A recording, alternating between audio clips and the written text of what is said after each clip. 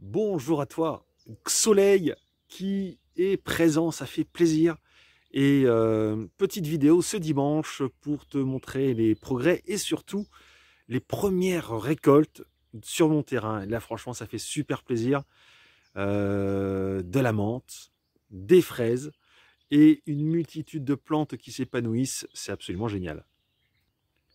Et nous sommes là sur un terrain important où j'ai beaucoup travaillé, ça ne se voit pas, enfin ça se voit, mais on peut peut-être ne pas imaginer le temps que j'y ai passé, mais j'y ai passé des heures. Voilà, mais très très content du résultat. Les patates sont un peu plus libres, elles s'épanouissent bien. Je laisse sécher l'herbe, là il va y avoir du soleil pendant le week-end, donc c'est bien. Ça va permettre après de buter avec de l'herbe sèche. Et j'ai récolté donc de la menthe. Cette menthe, je l'ai récoltée ici. Alors là, j'en ai replanté ici. Et également, alors la rhubarbe que j'ai plantée la semaine dernière, je ne sais pas si tu te souviens, mais regarde, elle est en pleine forme.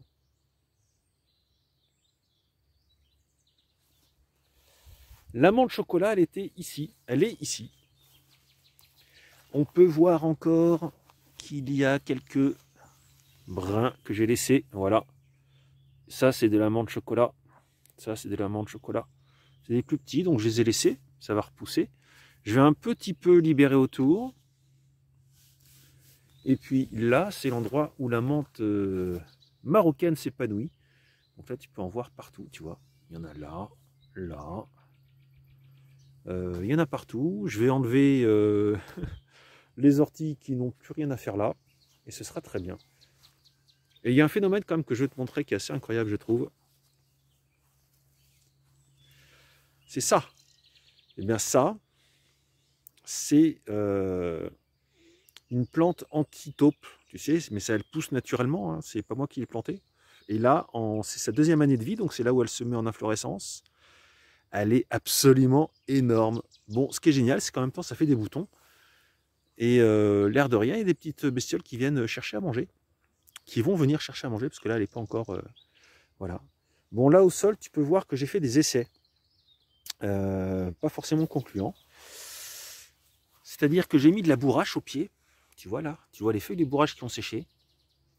En me disant, bon, ça va peut-être empêcher que les limaces viennent trop manger. Bon, bah écoute, ça n'a pas été concluant. Et apparemment, elles sont toujours venues. Pour l'instant, il y a plus de feuilles qui ne se font que les limaces en mangent, donc c'est cool. Et j'ai essayé un autre truc, c'est les boîtes à œufs. Alors les boîtes à œufs, mais apparemment, on va regarder. Hop, on soulève. Ça ne marche pas, j'ai absolument aucun rassemblement de bestioles en dessous. Donc c'est pas grave, c'est pas très décoratif, je pense que je vais les enlever. En attendant, ben, les nouveaux plants ne se sont pas fait trop manger quand même. Alors est-ce la bourrache, est-ce le hasard? Je ne sais pas, je vais quand même de toute façon remettre de la bourrache parce que dans tous les cas, ça nourrit le sol. Donc c'est cool, c'est bien, ça fait toujours plaisir. Et tout s'épanouit, tout pousse, ça fait vraiment plaisir. C'est la jungle, hein. Vraiment la jungle. Tout est vert. Les arbres profitent un maximum. Ah, j'avais pas vu là-haut. Allez, un petit voyage avant de te montrer ce que je fais avec la menthe et comment je m'en occupe pour faire des tisanes. Petit voyage en direction des coquelicots que je n'avais pas vus. Alors là, tu peux voir aussi des autres plantes à taupe qui sont très belles aussi, hein. Enfin, à taupe, etc., ratopier. Et ben voilà, c'est bien parce qu'en fait, elle pousse toute seule. Et là, quelques coquelicots, un peu fanés, un petit peu abîmés, mais écoute, ça fait plaisir à voir. C'est des jolies couleurs comme ça dans la nature. Ça, le rouge sur le vert, hein, il ressort vraiment bien. Bon, allez, on va descendre dans la cuisine et je vais te montrer. Avant de descendre dans la cuisine, je te montre le spot où j'ai cueilli quelques fraises. Voilà. Donc ça, c'est vraiment les fraises qui sont côté sud, qui sont beaucoup plus en avance. Tu peux voir qu'il y en a encore que je vais pouvoir récolter. Il n'y a pas trop de feuilles, on les voit bien. Donc là, il y en a quelques-unes de mûres, tu vois, regarde. Et par contre, côté sud, côté nord, pardon, elles sont... Oh, il y en a quelques-unes qui arrivent aussi, tu vois. Quelques-unes qui arrivent, là, il y en a une énorme. Énorme fraise, regarde ça, elle est belle. Enfin, énorme, en tout cas, elle est grosse. Ça fait plaisir à voir. Bon, c'est bien. Là, on voit hein, vraiment toutes les tiges qui ont été grillées par les derniers gels. Ce qui est assez fou pour des fraisiers, quand même, qui sont en principe résistants. Mais bon, ça va, ils sont en train de se refaire une santé. Les feuilles arrivent, ils vont repousser. Puis ils feront une deuxième tournée de fraises aussi, je pense, et de floraison. Et ce sera chouette. Ça va s'arranger tout ça. Peut-être que si je prends le temps, je vais couper toutes ces grandes tiges en l'air là qui ne servent à rien au final. Parce que ça en fait beaucoup. Hein. On voit bien que le feuillage avait souffert. Allez, maintenant on va en bas. Regarde-moi ça si c'est pas joli.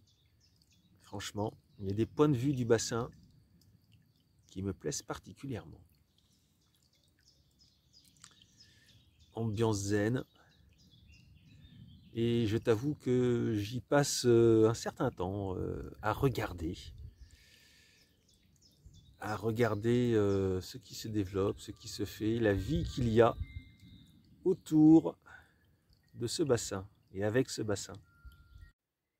Alors, voici donc eh bien, ma première récolte de fraises. Voilà. Quelques fraises que j'ai mises à tremper pour enlever un peu la terre et puis les petits vers.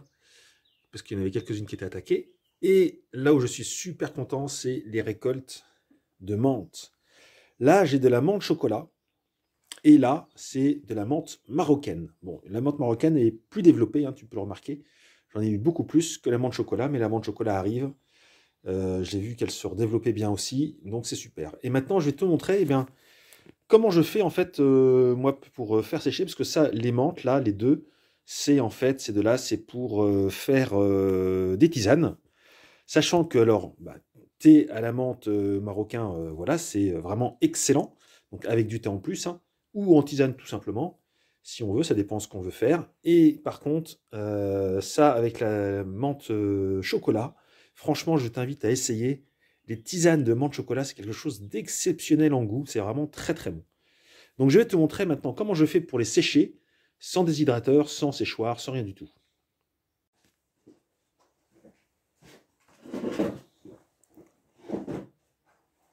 Alors, me voici installé. Et ce que je fais, c'est que je prends un sac papier. Voilà, c'est des sacs en papier comme ça. Plus grand ou plus petit, ça dépend de la quantité. Là je n'ai pas trop à sécher. Donc, je prends un sac papier et je vais tout simplement effeuiller. Donc, hop, voilà. J'effeuille la menthe. Alors, je l'ai cueillie hier soir.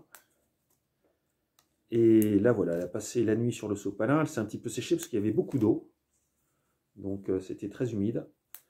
Donc, comme ça, elle a perdu, on va dire, le surplus d'eau, tu vois. Et j'effeuille chaque tige pour récupérer les belles feuilles. Et ensuite, eh bien, je vais les mettre dans le séchoir. Tu vas voir, séchoir naturel, sans énergie, sans rien. Donc, je fais déjà cette opération et puis on se retrouve pour le séchage. Et tu verras comment je fais. C'est simple, efficace, ça ne coûte rien. Tout le monde, je pense, quasiment vraiment tout le monde peut le faire. C'est assez magique. Avant de te montrer là comment je vais les faire sécher, je peux aussi te dire que ça m'arrive de le faire différemment. Et en fait, ce que je fais, c'est que vu que dans la maison en bois dans laquelle je vis, l'air n'est absolument pas humide, c'est vraiment parfaitement sec. Ce que je fais, c'est qu'il m'arrive aussi de mettre, en fait, après, hop, voilà. Il m'arrive de faire sécher aussi, de faire pareil, de mettre dans un sac en papier et de faire simplement sécher dans la maison. Et ça marche très très bien. Je prends le sac, je le secoue de temps en temps pour que les feuilles aient de l'air et qu'il y ait de l'humidité qui s'évapore s'il y a besoin. Et le sac, je ne le ferme pas, tu vois, je laisse ouvert. Mais vu que c'est un sac qui est un peu occultant, bah, l'avantage c'est que les feuilles, elles restent parfaitement vertes, même une fois qu'elles ont séché. Elles sont vraiment très très belles, comme si elles étaient passées, tu sais, dans un séchoir spécifique pour faire sécher comme ça des récoltes. Bon, là, il y en a qui se sont fait beaucoup manger. J'ai des feuilles, tu vois, on voit qu'il y avait des petites bêtes qui avaient faim. Elles ont bien mangé. Bon, après, ça n'empêche pas que ça soit utilisable. C'est pas un problème. Bon, sauf si vraiment on voit qu'elles sont pas belles. On les laisse de côté. Bon, allez. On se retrouve. Je finis cette petite pelletée de menthe chocolat et je te montrerai où je fais sécher.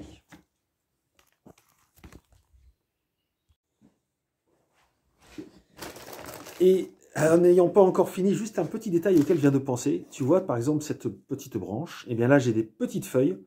Et bien, pendant 2 ans, parce que ça fait 3 ans que j'ai installé celle-là comme menthe, pendant 2 ans, j'avais que des petites feuilles comme ça.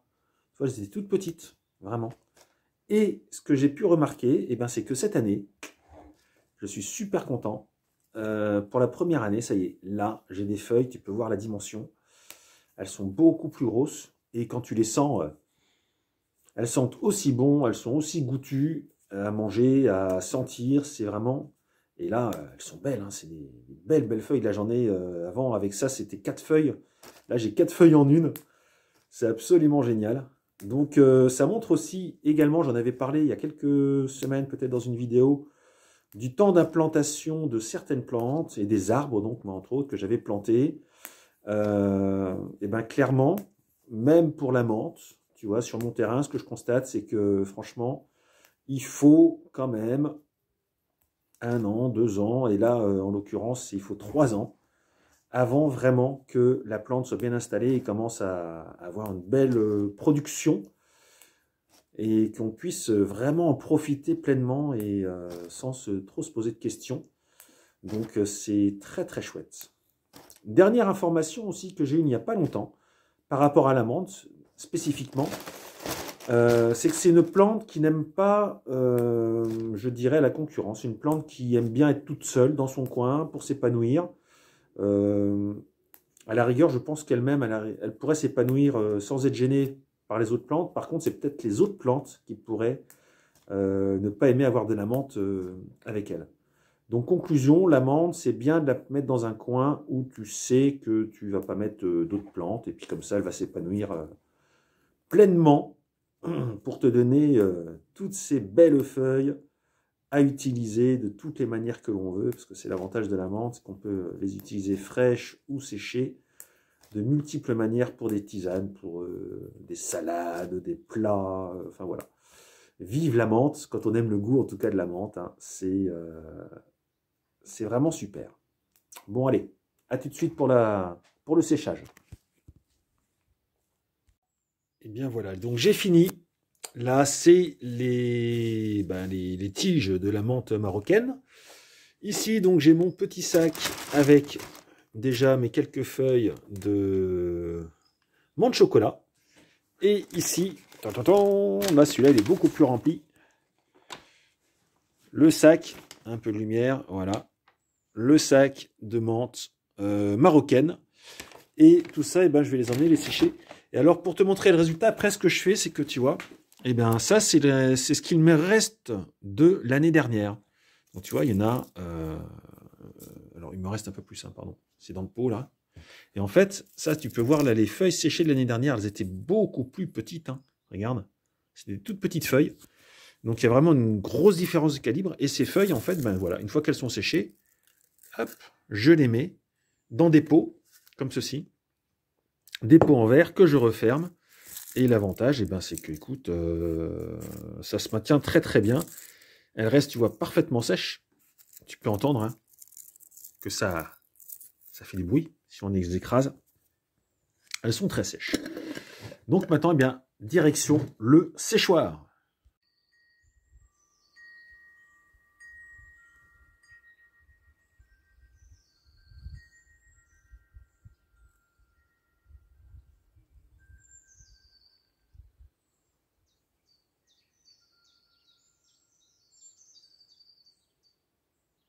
Et il y a sa copine, que je viens d'apercevoir. Je n'avais vu qu'une jusqu'à présent. Et là, tac, je me tourne un peu. Il y en a une deuxième là-bas, en fait. C'est génial. Quel bonheur de voir ces libellules. Elles sont magnifiques.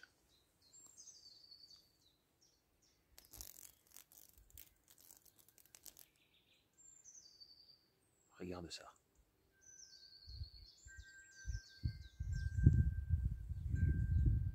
Et donc, voici mon séchoir. Tout simplement, c'est la voiture. Tu peux voir les roues, la porte, voilà. Eh bien, c'est la voiture. Alors, des fois, je mets sur la plage arrière. Là, bah, je mets sur les sièges passagers parce que ça ne va pas me gêner. Ça va sécher pendant le temps qu'il faut. En fait, ça peut prendre 1 jour, 2 jours, 3 jours, ça dépend. Ça va sécher tranquillement. Si vraiment il faisait très très chaud, ben après j'ouvre les fenêtres un peu pour que ça puisse sortir. Mais déjà comme ça chauffe bien. Là, pas trop pour l'instant, donc c'est très bien. En cas de très très grosse chaleur, comme je te l'ai dit à l'instant, hein, ben, j'ouvre les fenêtres pour que l'humidité puisse s'évaporer, qu'il fasse un peu moins chaud à l'intérieur. Ça, franchement, moi, je suis super content de ce séchoir. Après, il y a la solution qui reste de là-haut, de mettre dans la maison, et puis ça sèche aussi très bien. Mais écoute, là, ça fonctionne plutôt pas mal comme ça. Tiens, ça vient de bouger ici, là. J'ai une grenouille dans le petit bassin. J'ai des poissons, mais j'ai de la grenouille. Écoute, je suis super content. Petit retour par rapport à la semaine dernière sur toutes les plantes là, que j'ai plantées la semaine dernière. Elles sont toutes en pleine forme. En même temps, avec la pluie qui est tombée, le contraire aurait été étonnant.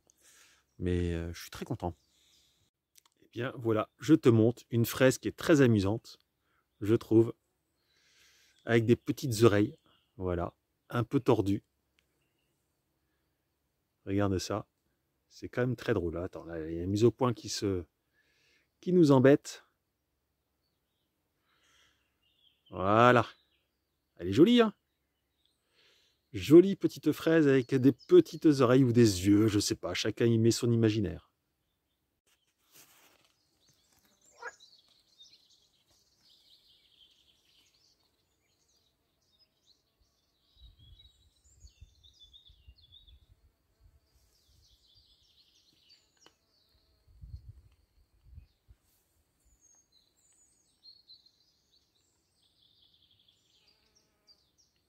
Je ne sais pas où elle est.